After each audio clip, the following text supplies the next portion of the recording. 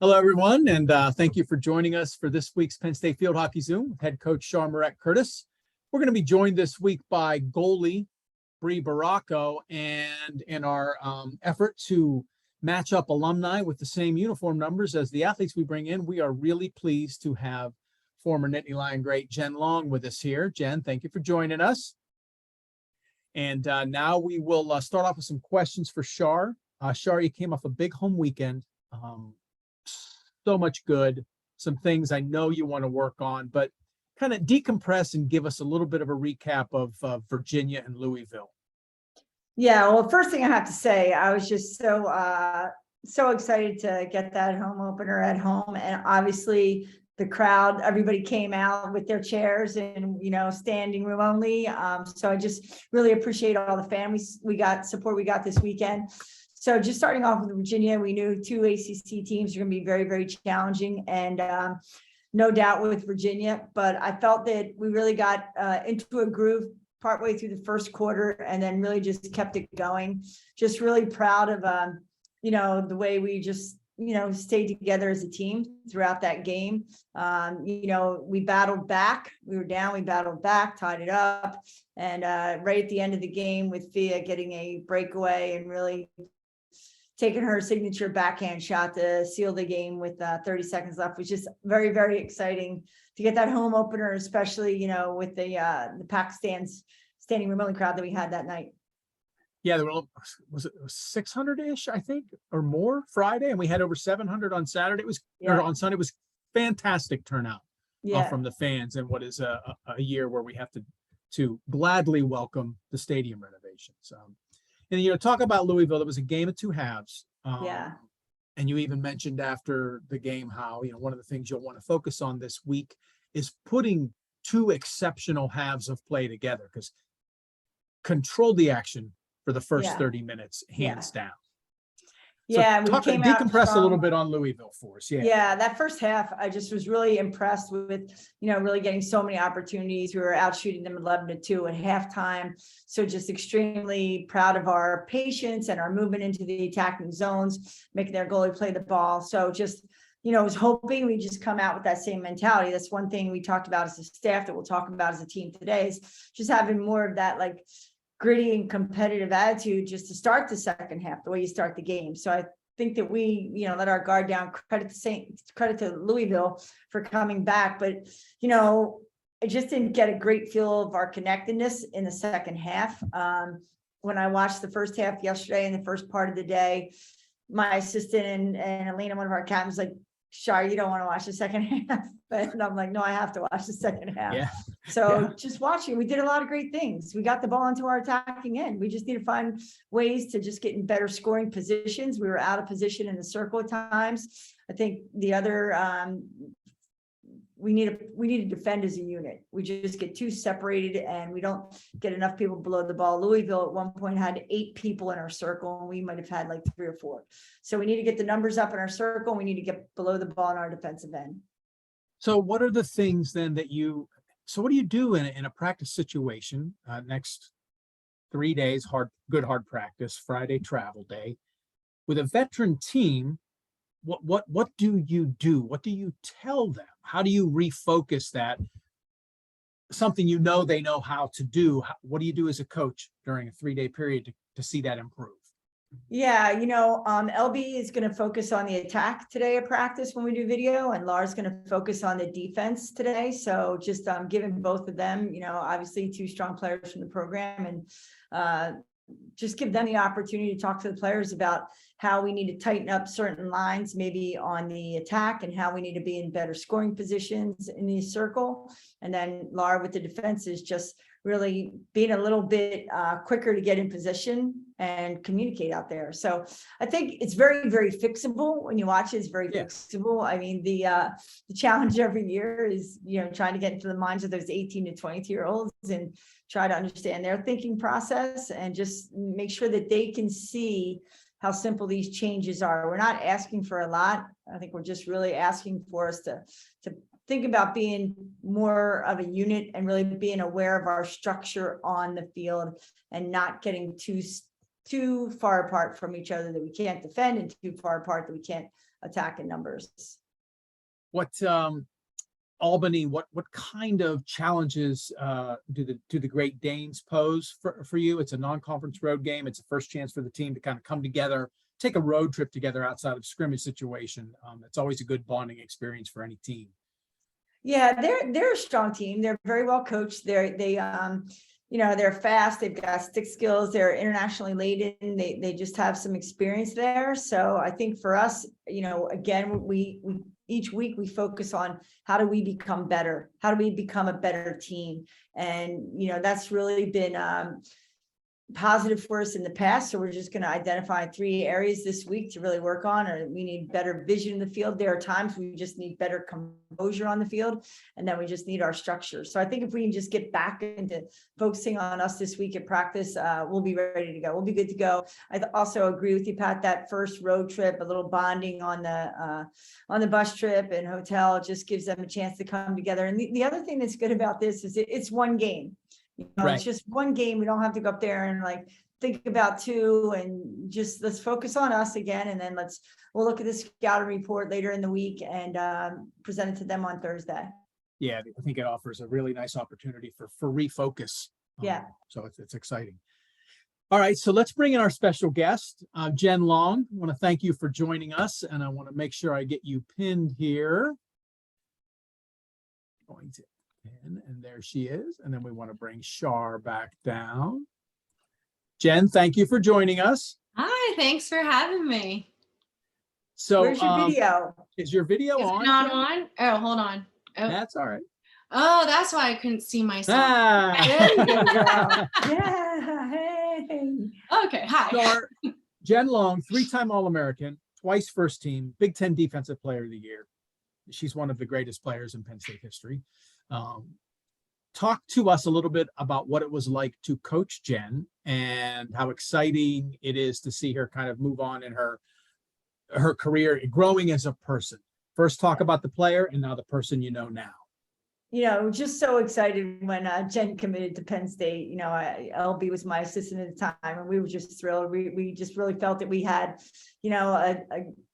a great defender on the field, but a great person and someone who's just an amazing teammate, so humble in the way she played, so creative in the way she played. I mean, I never took it for granted. She just has so many skills, and also just, again, she can organize the defense from, the opposite 25 coming on down. And I think, we miss that a little bit. We miss it a lot throughout the years. She just was one of the best at it. And so it was, we're very, very fortunate. It took us to the Final Four. So I think that really speaks volumes of how important she was to the program at the time. We were able to talk her into coming back for a year coaching with us. And it just was amazing for our players to listen to, how she brought the defense together and how to talk to your teammates, and just, again, having that confidence building that confidence in her teammates, because she certainly had that confidence in herself. She's continued to be such a passionate alum along the way, and just it's amazing every time we get to be together. She is just an incredible mom, and 2 little ones, and I think she's taking a little bit of time off from her nursing career, but her husband's a nurse, and I think that there's just such a great caring couple in Jen and Nick, and I'm just so happy for the both of them and proud of them. And it's interesting, when I went to recruit Jen, I have to tell this little story. I went up to Doylestown, and she had her mom is a bird lover, and so she had this talking bird in a cage, and she had adopted the bird from a guy who, I think he worked blue collar in a refinery somewhere. So the bird itself had a very colorful language vocabulary. And I remember being in the house and listening to the bird chirp away, and it just made me laugh. And one of my friends, he said, you need to teach them some words, about Penn State, like let's go State, to have the bird repeat, during this recruiting process. So fortunately, we were able to talk Jen and her parents into understanding that Penn State would be the best place for her. Well, Jen, thank you. It's great to have you with us. If you could reflect a little bit on your playing days here, both playing for Coach Char and kind of the depth and level of friendships you made being a part of this field hockey program. Oh my gosh, great question. I was like nervous. I had to watch last week's episode with Jilly. I'm like, oh, I gotta prepare. But that was a great question. Oh my gosh.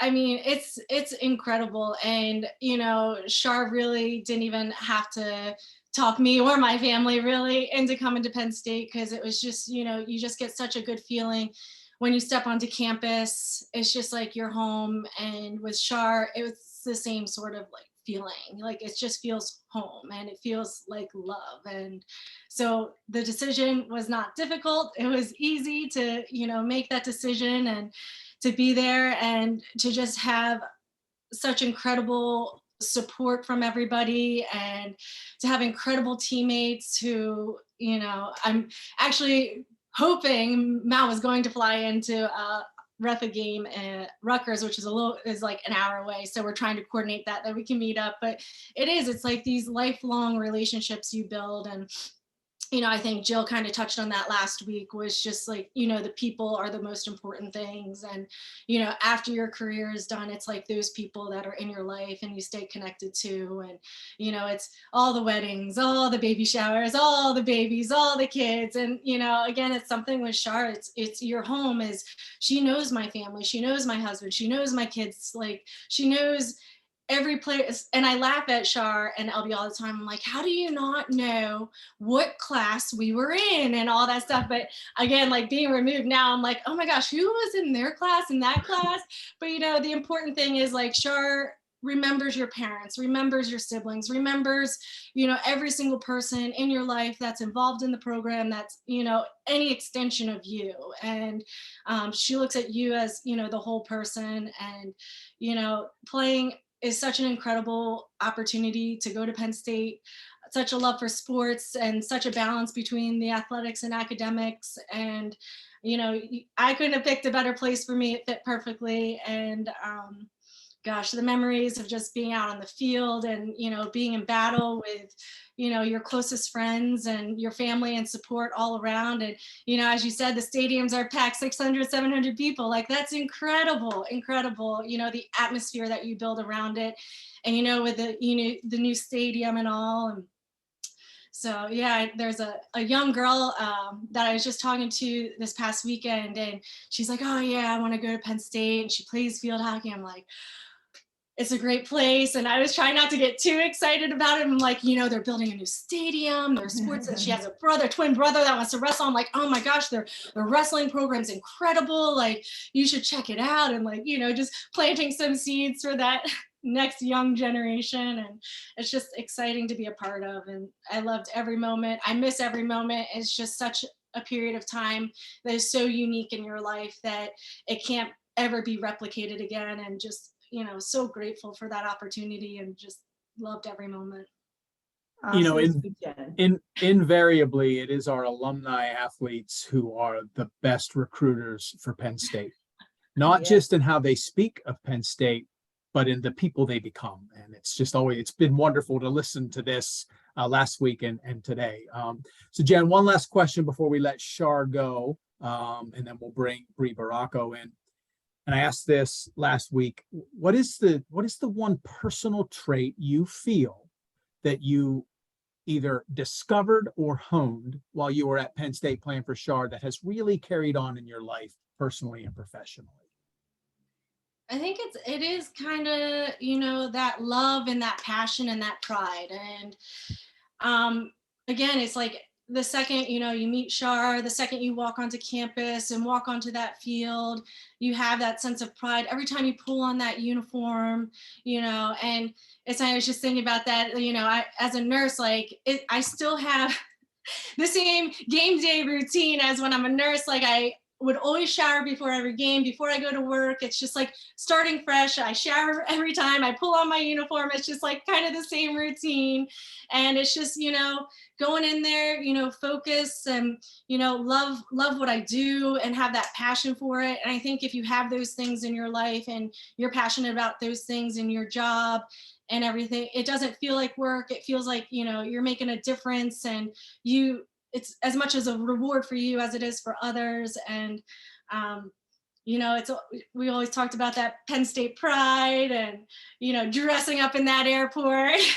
And, Yeah, so true, so true. why do we have to dress up? But why can't we wear our sweats? But it's that pride of being part of that team, representing something bigger than yourself. And really, I think those love, pride, and passion are just huge. That the second you start to the second you end, and then into your life, and those things have definitely carried me through in my life, my career, my family, everything. So when I'm teaching my little ones, awesome, that's awesome. Char, you're an extension to our family.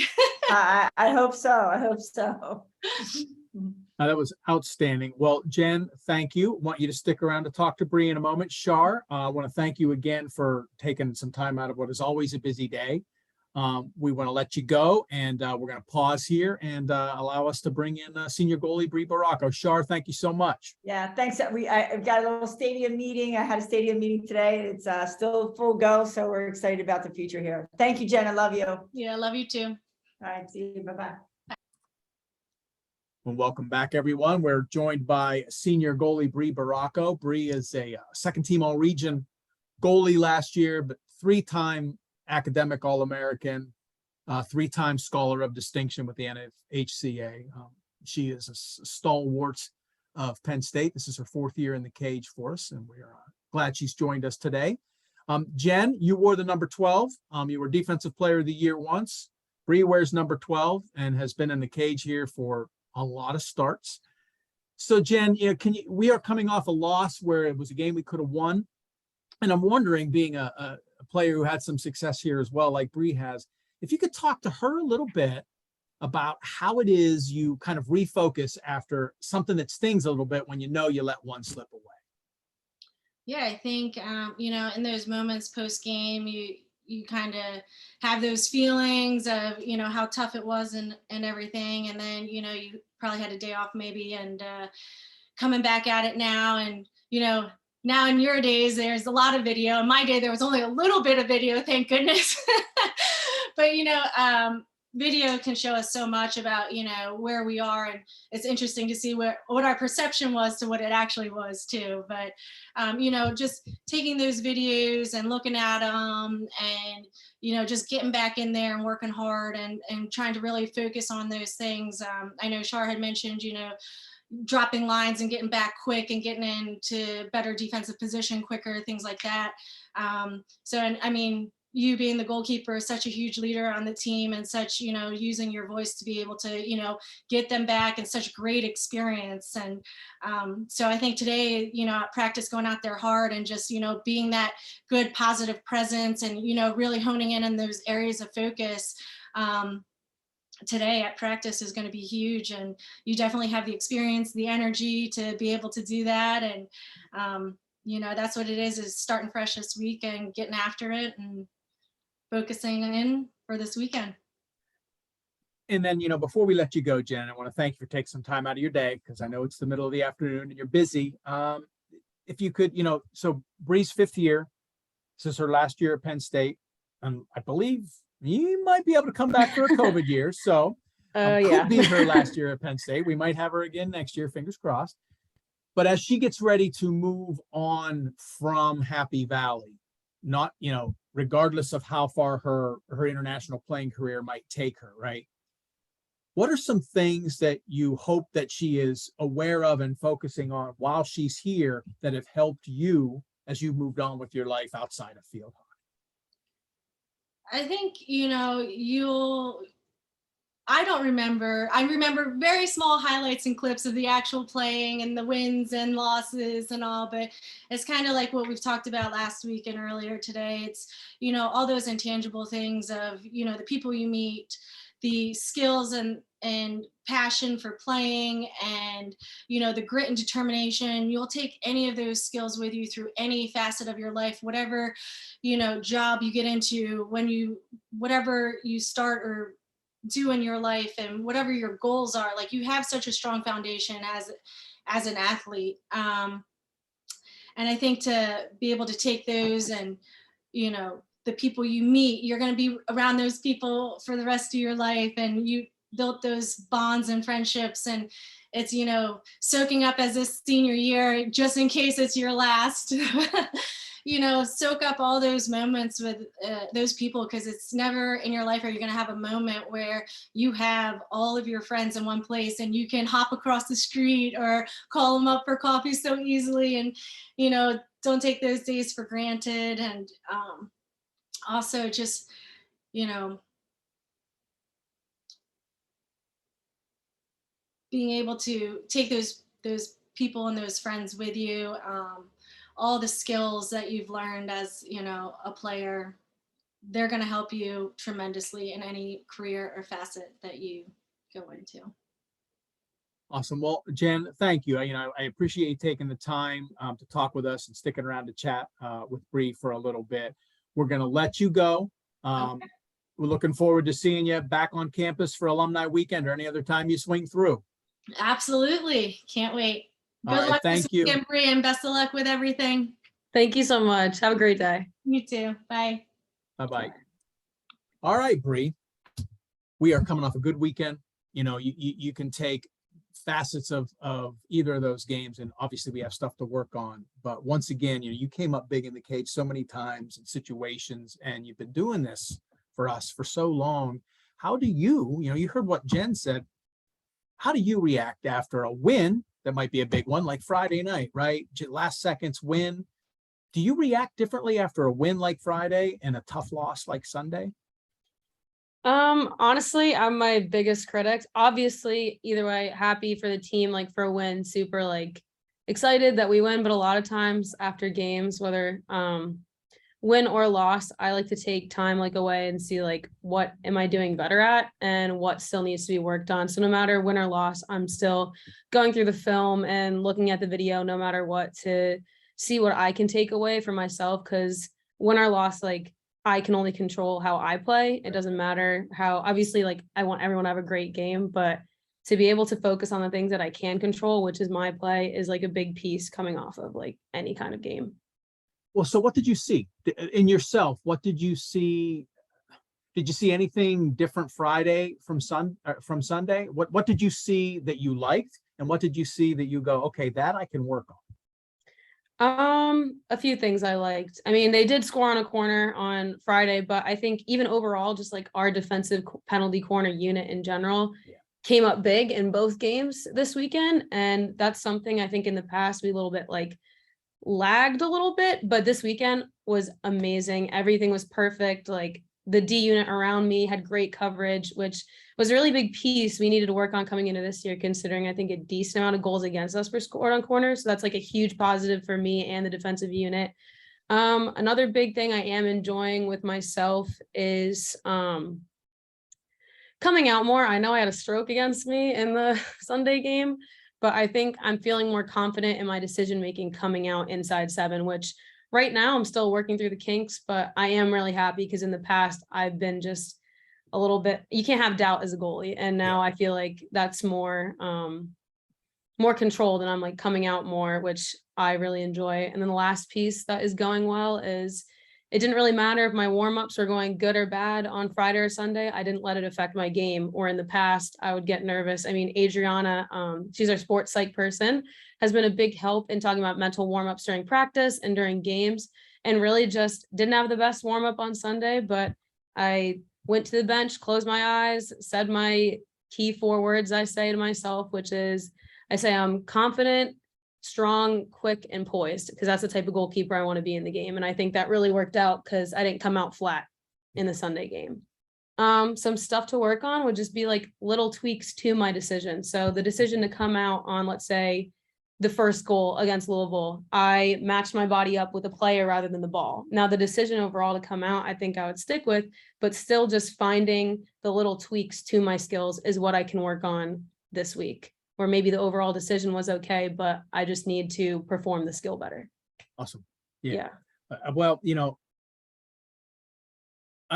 look at those two games and you can see the unmatched potential this team has, and it's exciting with so many veteran players. I think we're all looking forward to seeing what happens, and regardless of 1-1 or 2-0, you have to come out of those two games and say, okay, yeah, this is the team we thought it was, and now we just need to continue to build on where we're at. So that's a good insight.